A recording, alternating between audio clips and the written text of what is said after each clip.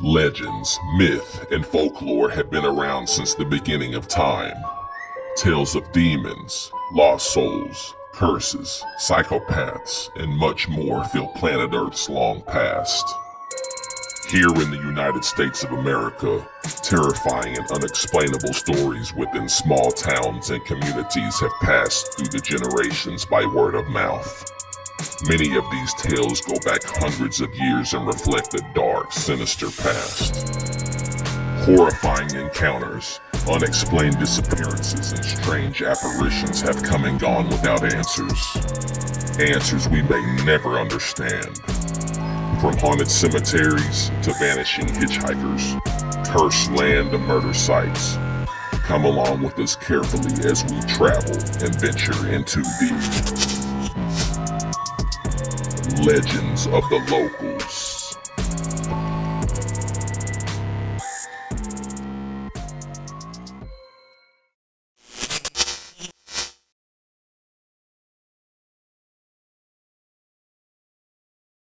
The Hannah House, an unusually unearthly structure known to make the boldest collapse in fear, is found at 3801 Madison Avenue on the southern side of Indianapolis, Indiana.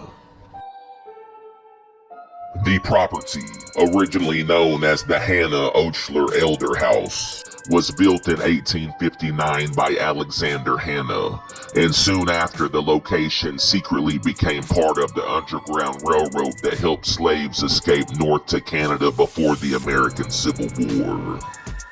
One terribly disturbing moment long ago regarding the railroad would ensure that the paranormal activity here would be instilled forever. One tragic night while a group of slaves were waiting to leave their hiding spot below, someone accidentally knocked over an oil lamp. With oil and hay below, the dark basement instantly went up in flames, trapping the slaves who were locked in, gruesomely ending their lives. The dead slaves were then hastily buried in the cellar's dirt floor to cover up the incident as quickly as possible, with anyone accused of helping the Underground Railroad was subject to death by hanging. The owner, Alexander Hannah, a prominent figure in the community, ended up burying the charred bodies in the basement for fear of retribution, having secretly and unlawfully hid the runaway slaves in his mansion basement. According to local legend, those slaves from over a century and a half ago who burned to death still undoubtedly haunt the Hannah House to this very day. Many unlucky spectators claim to have seen their apparitions in all parts of the site, and heard of ghostly beings moaning, and other EVP. The historic mansion was given the nickname, the House That Reeks of Death, because occasionally one of the bedrooms would smell like rotting flesh, like a true corpse had just walked into the room. This young girl was caught on camera years back.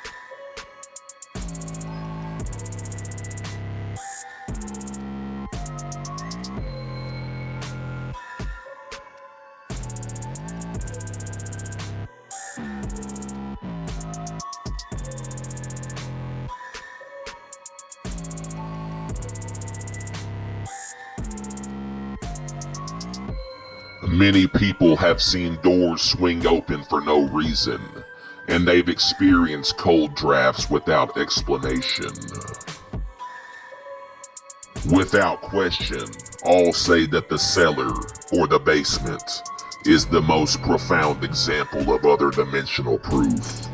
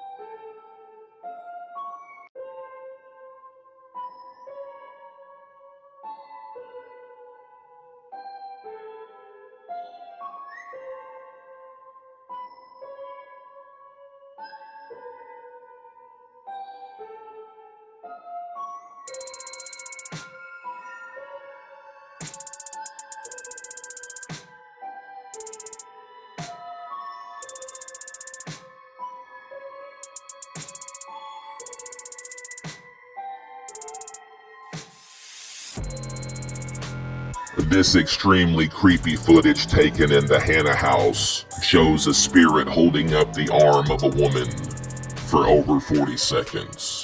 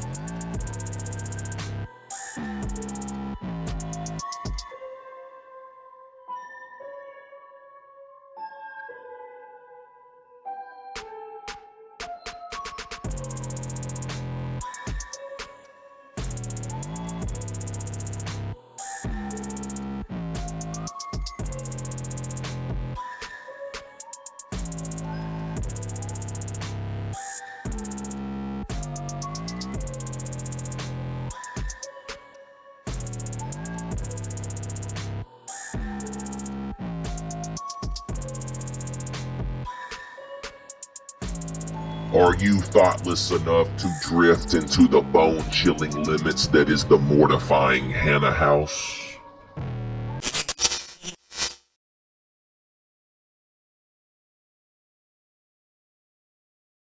Pretty Boy Floyd's Hideout, a shockingly startling and unassuming house in the supposedly pleasant Armor Hills neighborhood, is located on the southern side of Kansas City, Missouri. According to an FBI file, this house played a key role in the events surrounding the Union Station massacre on June 17th of 1933. The house at 6612 Edgevale Road was where gangster and massacre participant Vern Miller, aka Vincent Moore, lived with his girlfriend. And it was here that the gunmen holed up after the massacre before skipping town. The place had been a safe house for the likes of Charles Pretty Boy Floyd, Alvin Old Creeper Carpus, and Ma Barker and her sons, among other notorious figures passing through Kansas City. It was here in June of 1933 that Vern Miller, Charles Pretty Boy Floyd, and their partners planned their unsuccessful prison break for their friend, Frank Jelly Nash, who, along with 4 other law enforcement officers, was shot to death during the failed attempt. Nash was in the custody of several officers who were returning him from the U.S. Penitentiary at Leavenworth, Kansas, from which he had escaped 3 years earlier. After the violent shootout, the men returned to the house where one of their men died in the attic, succumbing to the injuries sustained while the gunfire erupted in front of Union Station. Though the house seems harmonious from the outside, this one night nearly a century ago has placed a hideous aura over the residence. In the years since the massacre, strange occurrences have been reported and have become the absolute norm. Horrifying, deafening noises have been heard coming from the attic, such as shrieks of agonizing pain and loud thuds. The ghostly activities are not only held within the attic, as many other incomprehensible moments give testimony to the entire house being inhabited. One former owner claims that the house was once blessed by a minister, with the owners not knowing what else to do regarding their own personal hair-raising spooky encounters. One particular question has been asked: what happened to the body of the gangster whom passed away? Many believe the body may have been secretly hidden and buried upon the premises. There are also rumors of tunnels running beneath the house that lead to other houses nearby. Charles Arthur Pretty Boy Floyd would go on to see his last day alive a little over a year after the infamous Kansas City massacre.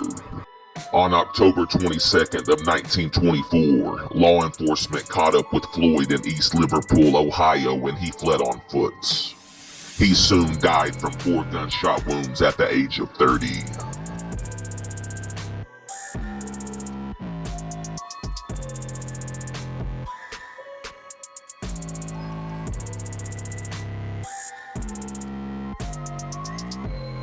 Are you yourself gutsy and valiant enough to cope with the traumatizing fear emanating from the attic at Pretty Boy Floyd's hideout?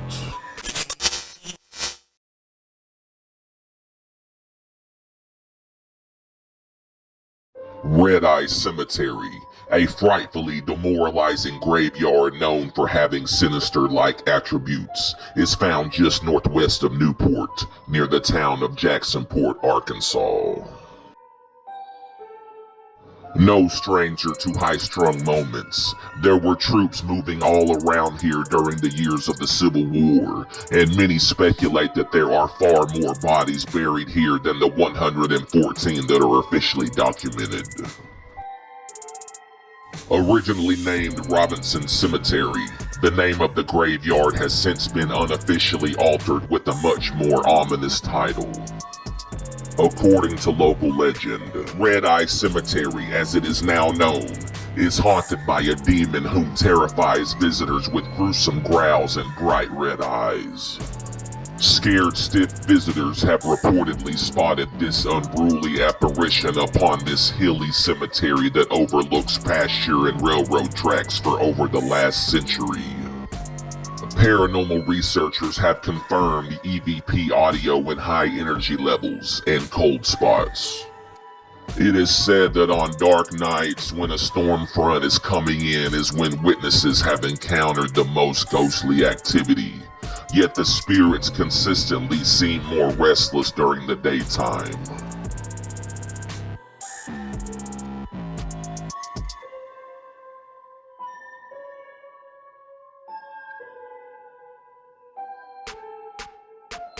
One visiting here may notice many of the graves have been desecrated. A lot of sunken-in graves and holes because people have been stealing from the dead for a long time.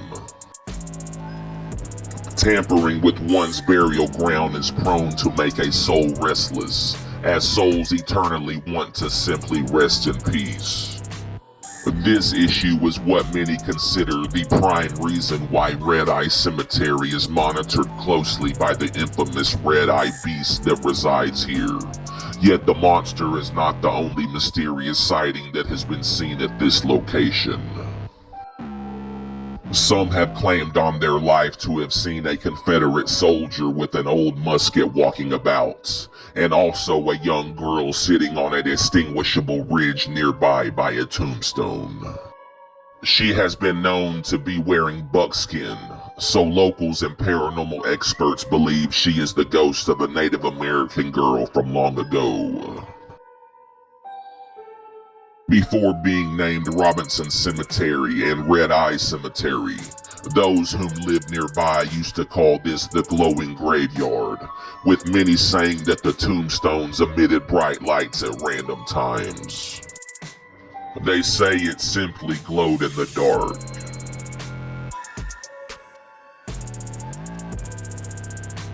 Strangely, disappearing and reoccurring mist activity alarmingly forms in the cemetery, adding to the creepy allure of the grounds.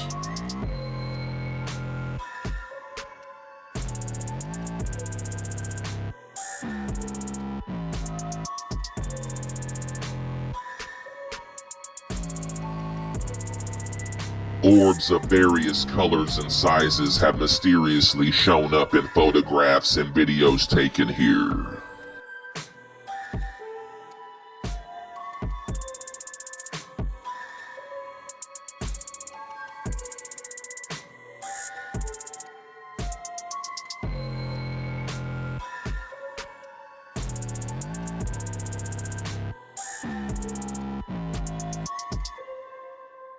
Can your heart withstand an encounter with a ghastly red-eyed monster enclosed within the heart-wrenching domain that is the Red Eye Cemetery?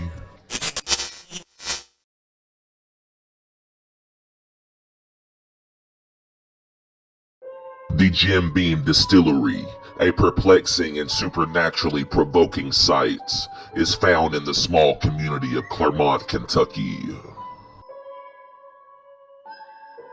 James Beam and his family, one of the world's largest makers of Kentucky bourbon, have been making whiskey since 1795. Mr. Beam relocated his business to Clermont and built this distillery between the years of 1933 and 1934. With all of the building's history comes not only tradition, but also spooky lore that tells accounts of ghosts that meander the halls.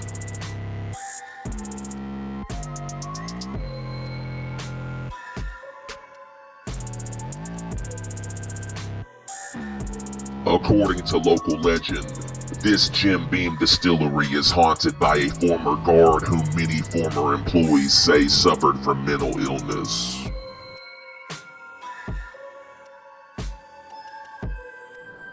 It was reported that while on his shift, the man used to yell at the moon with ferocious force, leading many to complain to staff that they did not feel safe around the man. The man, whose true identity is unknown, passed away long ago. Soon after, employees began to tell of an apparition walking around the property who emitted sounds eerily similar to that of their former co-worker.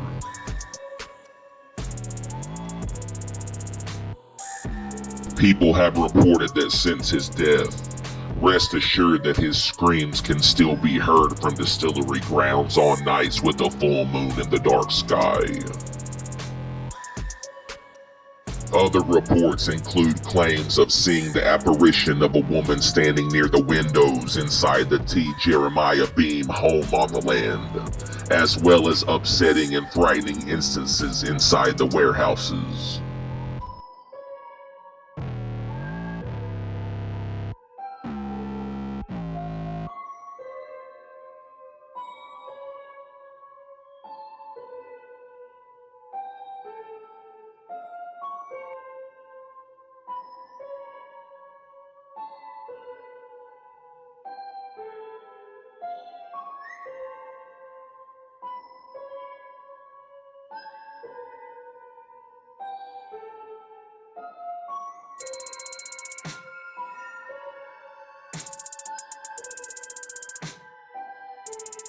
In Warehouse D, employees claim to have seen a figure walking up the stairs, and a man wearing overalls hiding between barrels.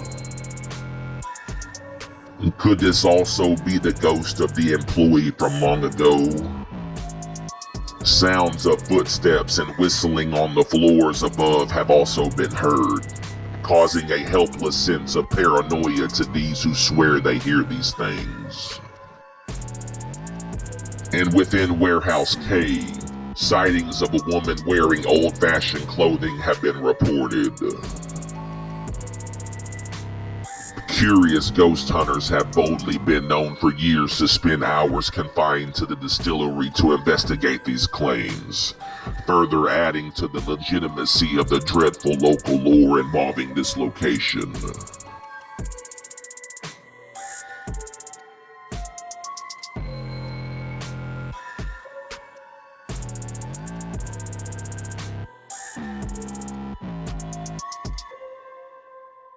There are also 2 old cemeteries nearby on the land, leading some to wonder if the distillery was built upon a burial ground.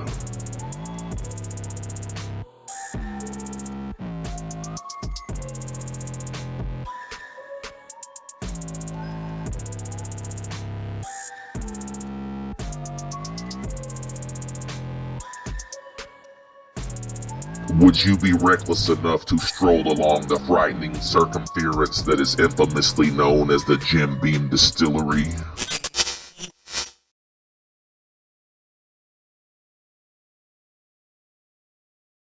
The Natural Steps Ghosts, a somber, legendary paranormal story of love, war, and tragic death, originates from within the small town known as Natural Steps, Arkansas.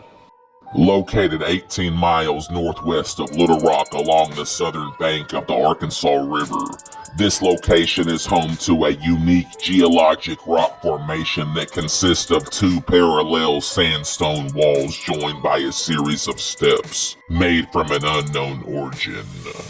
In 1932, the University of Arkansas performed an archaeological survey of the area near the steps. The team discovered 57 burial mounds, which contained pottery from the Quapaw and Caddo tribes.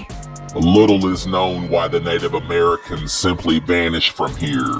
It is said that their folklore tells that the natural steps were here long before themselves. The huge mysterious steps, they say, were the remnants of an ancient fort said to be developed by giants from a long time ago. Evidence exists that shows a huge battle took place at the steps, which caused the destruction of the ancient fort that was once here. General John Nix of the United States Army stated that this fort must have been of great antiquity, as well evidenced by the fact that there was hugely immense trees growing in the area inside the walls. Over time, locals and trespassers have also contributed to the loss of the steps, using dynamite and other tools in the area while attempting to locate a long-lost treasure of gold. The natural steps aren't just historically significant. They've long been amazingly linked to profoundly puzzling tales and spooky activity. According to local legend, this location is haunted by a daunting spirit known as the Woman in White, and also Confederate soldiers whom died abruptly while attempting to hide their precious gold near the natural steps. On the darkest of nights in late October near All Hallows Eve, a spine-chilling woman in white can be seen lurking and walking in the Natural Steps Cemetery. She is first seen in the northeast section of the cemetery where the old Natural Steps Baptist Church sat before it burned to the ground long ago. From there, the apparition has been seen heading north into the woods toward the Natural Steps. Once she arrives at the steps, she slowly and creepily follows the rock steps down into the Arkansas River and disappears within an instant. Locals and paranormal experts agree that the woman in white is Martha Sanders, a young bride who lost her husband, local farmer Gustavus Sanders, merely days after their wedding. The glorious wedding was held atop the Natural Steps overlooking the Arkansas River. Gustavus Sanders, age 21, soon tragically died on October 25th of 1880 from an unknown disease that took many lives in the small community. He was buried in the Natural Steps Cemetery, where his body still lay to this very day. The overwhelming grief was too great for Martha, and she was unable to mentally cope. After Gustava's funeral, Martha simply disappeared, never seen again by family or friends, and her body was never recovered. It is believed by all that she is the woman in white and that she took her own life by jumping into the Arkansas River from the natural steps, the victim of a broken soul. The woman in white's startling ghost has been seen by citizens in the community since that very day. The older generations still tell their stories of Gustavus and Martha Sanders. A second paranormal legend tells of phantom Confederate Civil War soldiers searching the steps and river for sunken treasure. During the war, a group of Confederate soldiers died while transporting a huge sum of gold via gunboat. In dire danger of being seized by Union forces, the Confederate soldiers came up with a plan: sink the boat near the natural steps and come back later to retrieve the gold, using the natural steps formation as the marker for where their gold was laid. Unfortunately, the soldiers died while attempting to sink the boat. According to haunting lore, on moonlit nights, the doomed men rise from their watery graves like demonized water spirits, form a single line, and march the short distance between the riverbank and the steps, in search of their long-lost gold. War chants and battle cries nearby have been heard consistently in the area for over the last century and a half, to the amazement of witnesses. Would you follow the ghostly trail that leads directly to the darkness of the natural steps?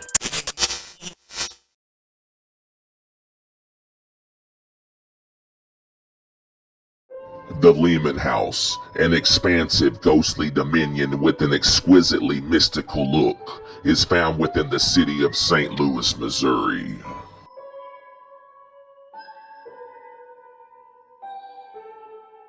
The property was built in 1893 and owned by Edward S. Rouse, a wealthy financier, real estate developer, and banker, but it is perhaps more famous for being owned by Frederick Lehman, an American lawyer and politician. The 5-bedroom house is historical in nature, but there is more to this location than what meets the naked eye. According to local lore, this now bed and breakfast site is said to be extremely haunted by original owner Mr. Edward Rouse, and also the second owner, Mr. Frederick Lehman. Lehman himself passed away on September 12th of 1931 at the age of 78. His body was found in this dining room.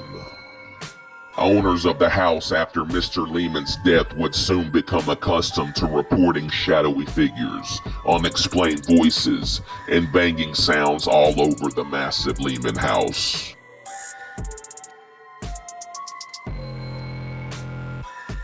One day years back, the current owner and a plumber were working on the downstairs bathroom, when suddenly they both heard extremely heavy footsteps pacing the hallway above. Fearing for their own lives, they couldn't find a fireplace poker, so they grabbed a chunk of firewood to fend off whoever had broken in. But strangely, there was nobody in the house. The current owner still claims that the sound of the phantom footsteps was that of a heavy tread of a man in solid shoes walking down the hallway.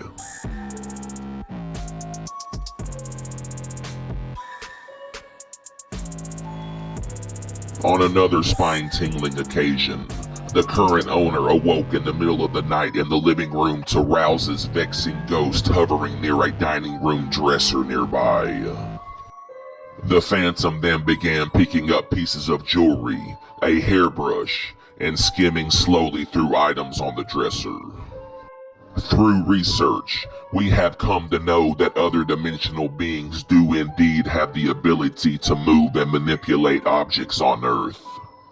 They have the ability to remove objects from the Earth plane and take them to another dimension.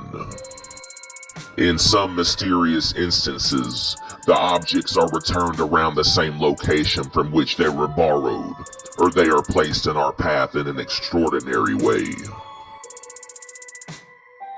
The owner's description of the poltergeist was that it was somewhat blurry and mist-like apparition of an enormous size and height. She distinctively recognized that it was the spirit of Mr. Rouse for the distinctive mutton chop beard that was visible. The owner then turned around on the couch and covered her eyes, laying scared but somehow managed to eventually fall asleep.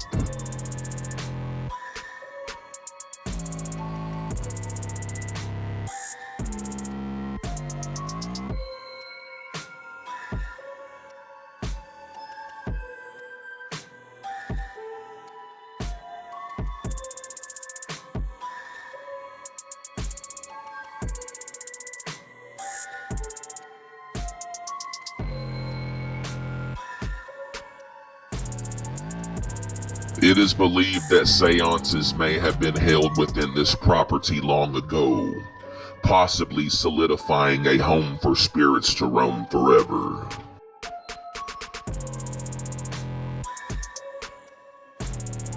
This footage for an instant shows an orb being filmed within the Lehman house.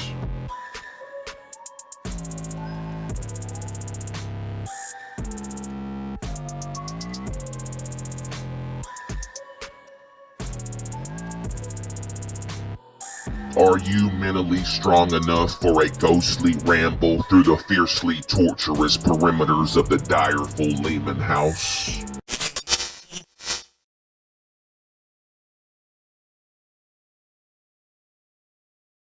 The Thompson-Chandler house, a fear-filled induced property known to be a burdensome enclosure, is located in the city of Oxford, Mississippi. Nestled upon South 13th Street, the house was developed by William Thompson and is also known as Hamilton Hill or Magnolia Grove. Local historian accounts suggest that the house was unfinished at the time of the Civil War and was completed afterwards. Since its beginnings, owners of the house consistently told of strange happenings that they themselves would behold around the house. According to local lore, this property is said to be profoundly haunted and disturbed by a cast of phantoms, creating a wearisome environment for any human seeking normalcy. Years and years of sightings and agonizing sounds have not slowed down once. Reports of a lady in a long white dress on the foyer steps, weeping a loud shrieking wail. She is said to never make eye contact, and her spirit promptly disappears if anyone gets too close. One family claims to have seen on numerous occasions a half-human, half-animal beast in the back of the location, around the oldest part of the house. The reason for this abomination being here is still unknown. Ghosts have been observed running along the front lawn and lingering around the magnolia trees. Are you yourself foolishly brazen enough to stand firm during the darkest of times at the haunted Thompson-Chandler house?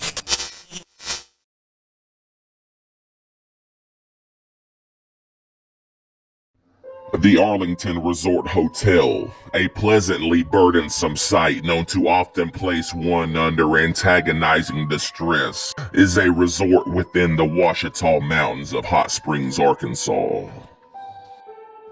The hotel is located at the north end of what is now known as Bathhouse Road. The original building, built in 1875 just across the street, was torn down and rebuilt in 1893. When it was designed, the hotel was known as the New Arlington and boasted of its Spanish Renaissance architecture. This second Arlington mysteriously burned to the ground on April 5th of 1923, killing one fireman. The current structure was then built in 1924 and has withstood the test of time since. Many famous people, including U.S. presidents, sports legends, and even gangsters such as Al Capone visited the halls of the Arlington. Room 443 is that of Mr. Capone. The whole floor was rented out for his staff and bodyguards during his stay.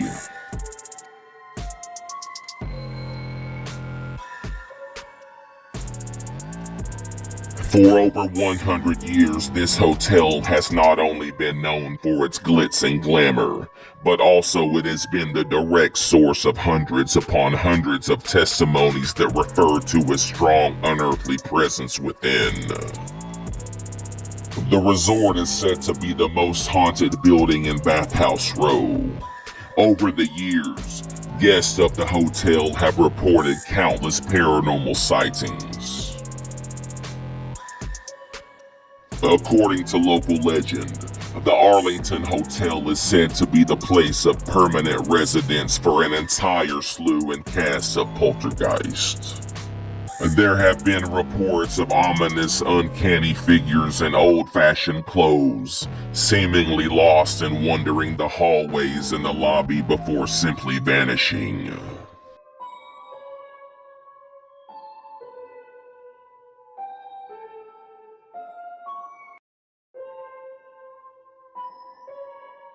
Many have watched someone or something walking into the elevator before themselves, only to be completely mystified once they get to the elevator doors and notice nobody is there.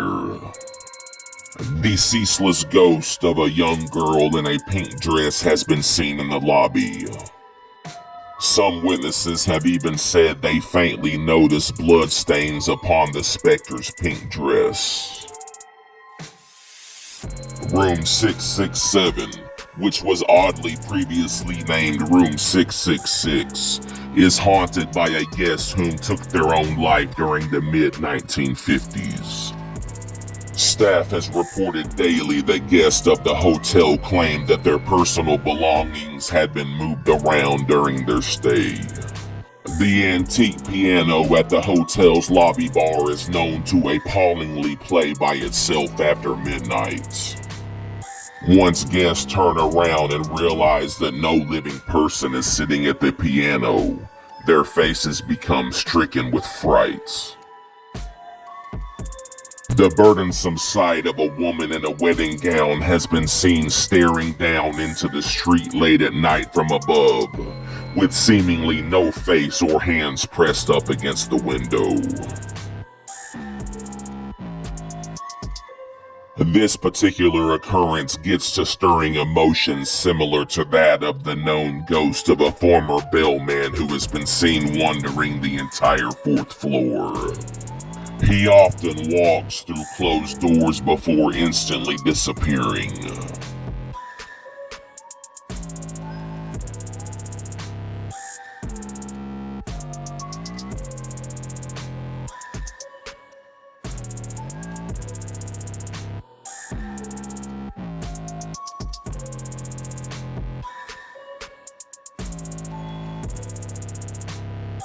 Another phantom, a tall shadow-like figure in a striking black suit, has been seen in the hotel's creepy laundry room area and often creepily waves to workers. Upon the 7th floor, people have told of the uncanny feeling of being tapped on the shoulder or brushed up against when nobody is near.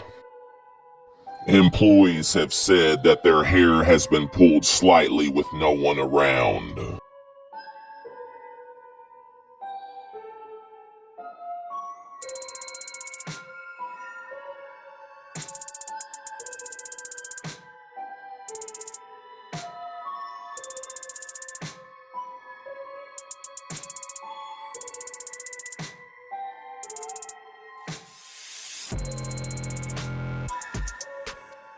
Locals and paranormal experts alike say that the Arlington Hotel's long past may include that of dark and menacing moments. Thus is possibly one of the many reasons for the strong supernatural activity held at this location.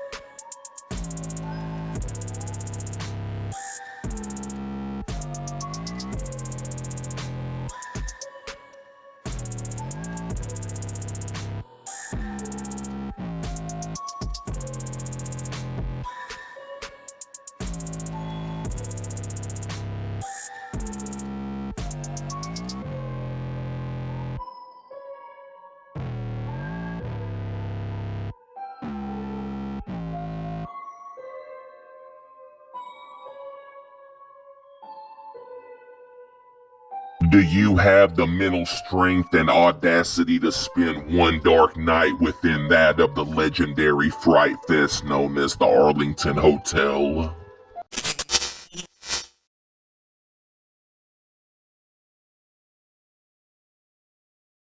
The Miners Theater, an astoundingly dismaying sight said to make one's skin crawl eternally, is found in the city of Collinsville, Illinois.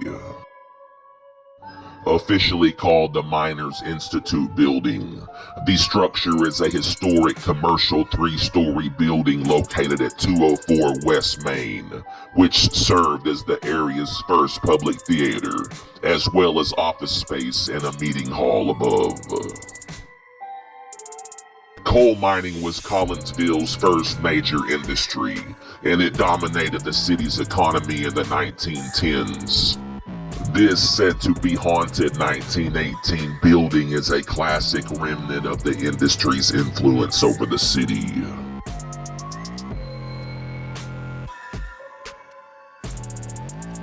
According to local legend, the Miners Theater is thoroughly inhabited by 3 defiant ghosts.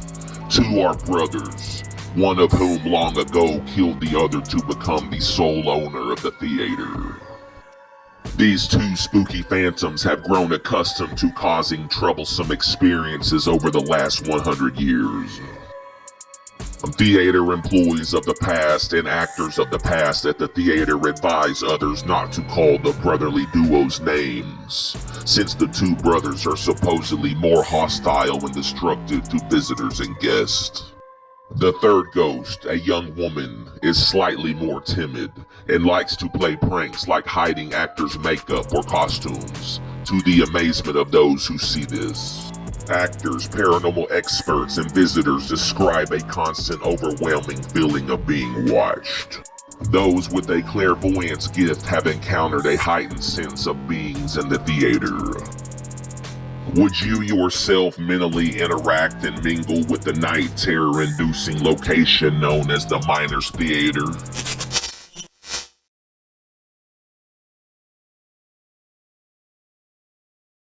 The Jesse James Farm, an enduringly menacing location known for its roots of American outlaws and hellishly unsettling tales, is situated in the town of Kearney, Missouri. The James Log Cabin Farmhouse, built in 1822, has witnessed firsthand the many highs and lows of the James family history. It was at this desolate cabin that Jesse's father, the Reverend Robert James, brought his young wife Zerelda and infant son Frank in 1845. Jesse was born 2 years later at this spot in 1847. In the grueling midst of the American Civil War in May of 1863, a 16-year-old Jesse was suddenly ambushed, and his stepfather hung from a tree and left to die by Union militiamen seeking the whereabouts of his brother Frank and his fellow insurgents. This particular instance of ruthlessness is said to have driven young Jesse towards the hostile life of an outlaw. After the Civil War, as members of various gangs of outlaws, Jesse and Frank personally robbed banks, stagecoaches, and trains across the Midwest. With his gang nearly annihilated by 1882, James trusted only a select few, namely 2 companions named Charlie and Robert Ford. For his own personal protection, James asked the Ford brothers to move in with him and his family. By that time, Robert Ford had conducted secret negotiations with Missouri Governor Thomas T. Crittenden, planning to bring in the famous outlaw for a highly publicized reward.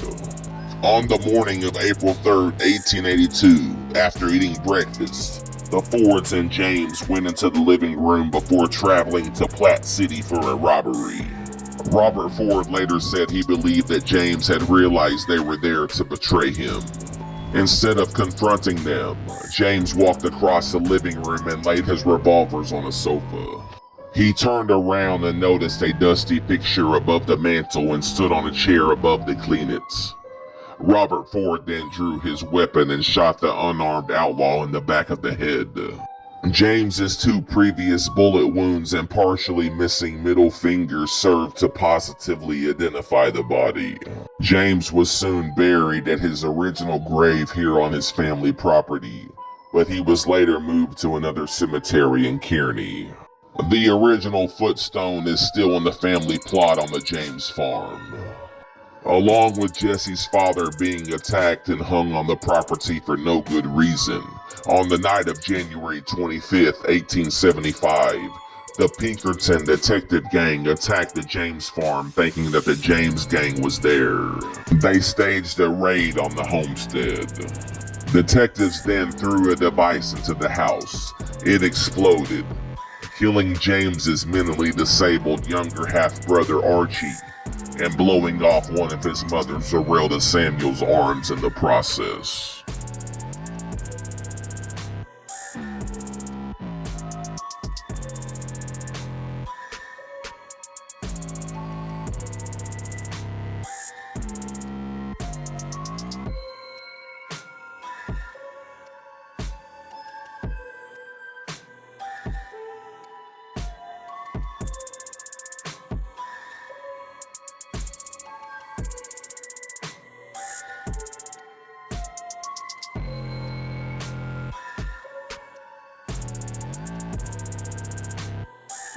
These days, the location is not only a tourist hotspot, but has transformed into a legendary paranormal activity attraction. Many attribute these historical records that prove just how much tragedy happened here on this very land. According to local lore, the property is said to be extremely haunted by the ghost of Jesse's mother Zerelda, making devout believers into many who were previously doubting skeptics. Witnesses also describe reoccurring spook lights in the farmhouse and along the yard during late hours of the nights. One particular local recalls witnessing a bluish-white light about the size of a softball traveling in the trees and creek bed just west of the property. Both times it traveled from east to west. The light was estimated to be hovering at what would have been 8 to 15 feet above the creek bed. The light then disappeared as quickly as it appeared.